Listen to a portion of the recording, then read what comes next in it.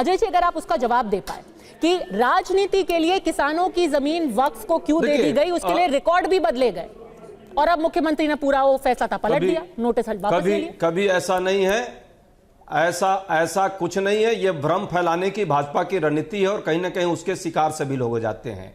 जो लीगल प्रक्रिया है और कानूनी प्रक्रिया है उसके तहत काम किया जाएगा और जो सच होगा वो सच साथ होगा, उसी के साथ सरकार रहेगी। कांग्रेस कभी भी किसी के साथ पक्षपात नहीं करती, न बंटवारे की राजनीति करके अपनी सियासत रोटियां सेकती है। अगर ये भाजपा का भ्रम है तो आज मीटिंग बुला करके मुख्यमंत्री जी ने वापस क्यों ले लिए नोटिस? और अगर नोटिस गलत है तो फिर वो नोटिस भेजे ही क्यों गए? नहीं, यदि देखिए यदि वो गलत है और वैसी होगी तो उसको बैक भी करेंगे हम। सरकार का क्या दायित्व बनता है? सरकार का दायित्व ये नहीं है कि हम जो है रिजिडिटी पैदा करें। यदि कोई दिक्कत है तो उसको हम विड्रॉ करेंगे, हमारा ये ड्यूटी है और हमारी ये राजनीति है। हम झूठे वादे वाले लोग नहीं हैं, झूठे सपने दिखाने वाले लोग नहीं हैं, न झूठा काम करने वाले लोग हैं। सत्य है, यदि कोई कंफ्यूजन होगी, कोई गड़बड़ी होगी तो उसको भी हम विड्रॉ करते हैं। पर भाजपा की तरह नहीं कि नफरत फैलाते हैं और ओवैसी जी भी नफरत फैला करके ये दोनों आपस में ए और बी टीम करके देश को बंटवारे की तरफ राजनीति कर रहे हैं और इससे जो है सिर्फ अपनी सियासत। श्रीराज नाय जवाब दीजिए। ज्वाइंट पार्लियामेंट्री कर्नाटका में हुई होगी, पार्लियामेंट्री कमेटी की बात है। तुष्टीकरण की यदि कोई गड़बड़ी है तो सरकार है, केवल तुष्टीकरण की राजनीति कांग्रेस ने की है। देश को बलि पे चढ़ाने के लिए सारे षड्यंत्र कांग्रेस ने किए हैं। इस तरह से वक्फ बोर्ड को खुली छूट और आज वक्फ बोर्ड सारी एक के बाद एक प्रॉपर्टियां क्लेम कर रहा है। हद तो तभी हो जाती है, बदरुद्दीन अजमल जैसे पार्लियामेंट, एयरपोर्ट, सारी दिल्ली की प्राइम प्रॉपर्टीज क्लेम कर रहे हैं। केरल में क्रिश्चियंस की प्राइम प्रॉपर्टी क्लेम कर रहे हैं। तमिलनाडु में 18 गांव क्लेम कर लिया इन्होंने, 2000 साल पुराना मंदिर क्लेम कर लिया। बिहार में करीब 20 गांव क्लेम कर लिए। तो ये क्या चल रहा है? कब तक इस तरह से चलेगा? मुकेश अंबानी साहब का घर क्लेम कर रहे हैं तो इसको इमीडिएटली इसका राष्ट्रीयकरण होना चाहिए। वक्फ बोर्ड को स्क्रैप करना चाहिए। कांग्रेस के प्रवक्ता को जवाब देने आने वाले समय में बहुत बड़ा खतरा है। आपको तो बी टीम बुला चुके हैं वो।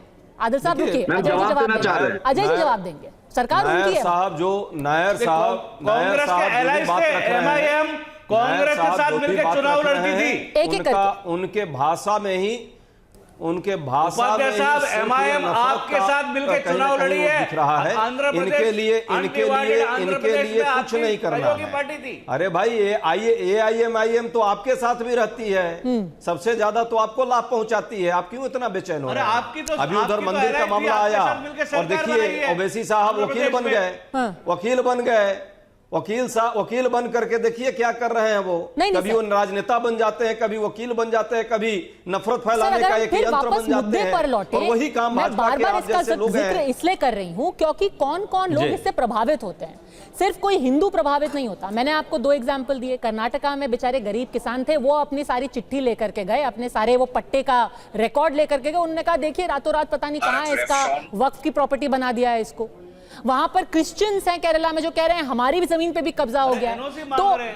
तो नुकसान तो हर किसी को हो रहा है ना। और आप पर इल्जाम है कि ये तुष्टीकरण की वजह से ऐसी खुली छूट वक्फ को दी जा रही है, वक्फ बोर्ड को। नहीं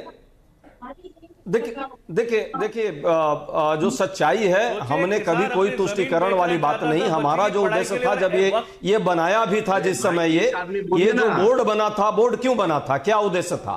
बोर्ड के साथ साथ जो संपत्तियों का इधर उधर करते थे ये लोग, एक जगह कम से कम एक लीगल आइडेंटिटी दे गई थी 1954 के आसपास में, और उसके तहत सारी चीजों को सिस्टमेटिक करने की बात थी। हुआ भी बहुत कुछ, जब ये बनाया गया था फिर उसमें तो इरादा नेक था, लगातार संशोधन हुआ। पर अब जिस तरीके से इस्तेमाल किया जा रहा है उसमें तो प्रॉब्लम है ना। और वो नेक इरादे के साथ गलत हो रहा है तो उसका सुधार करेंगे हम। ठीक है, गलत हो रहा है, चाहिए हर चीज में। क्या सुधार सच में किया जा रहा है? क्या सुधार सच में किया जा रहा है?